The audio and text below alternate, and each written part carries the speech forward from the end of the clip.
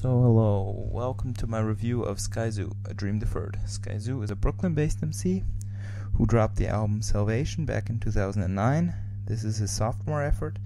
Does it fall into that slump, or is it dope? Well, to answer that one quickly, it's most definitely not a slump album. Skyzoo is your rapper's rapper. He talks about the beginning of the writing process, starting in his friend's apartment, and feeling like he's the best of them all, writing around the holes, on the back of bills, just everywhere he could find a space.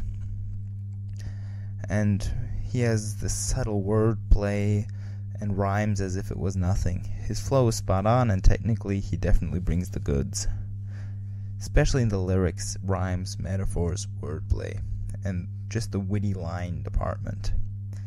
But he remains subtle and doesn't show it off as much as, say, a 2 Chainz, which I do not want to compare the two at all. He doesn't really have punchlines. He just has those smile lines. You don't laugh, you just smile. And he keeps on flowing and flowing and flowing on. And because of this, after about 10 or 12 songs, it just becomes really hard to continue to listen to him, since he's just so consistent. This is the one of the places where I have a criticism. The only place I criticize is pen game, though, are the hooks, which, if he isn't helped by a female vocalist, are not very good, as is the case with many lyricists. His hooks don't really fit into the song, they're just too generic, and definitely not catchy. That's another one of Skyzoo's problem, his lack of flash and showsmanship. The songs are nice, like Range Rover Rhythm, where it's just 3 minutes and 30 seconds of bombardment, bar after bar after bar, the hook just going in and not really stopping, just going on with the hook, and then right back into the next verse. Or Pockets Full, where Freeway does his thing, and Skyzoo definitely adds a couple of nice verses. There are hardly any skippable tracks. But of course we have to have favorites. Especially surprising on this is the love songs. I'm not a big fan of love songs, just want to put that one out there. The first one's about a girl who's scared to get to know him in the club. They somehow apparently know each other over a couple of circles.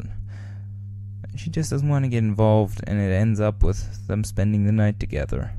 The following track is talking about then the next day, them having a wonderful sex-filled time, but not knowing if they're going to stay together or just decide to forget what happened about it, just act as if nothing ever happened. It's just not the sugar-coated, girl, I'll buy you anything in the world, you're the best to me type of music. It's just some sort of real, and that's most definitely a very positive surprise. Production-wise, he plays it safe. He has the likes of Illmind, which I think produces 5 tracks on this LP, Ninth Wonder, Black Milk, and an out-of-character, not noisy beat by Jahil Beats. I like it. The sole exception being one of Illmind's beats, which is over a dubstep sample. It definitely puts a change to the album. And overall, it's a dope track. And as overall, again, the production is solid. Just nothing mind-blowing.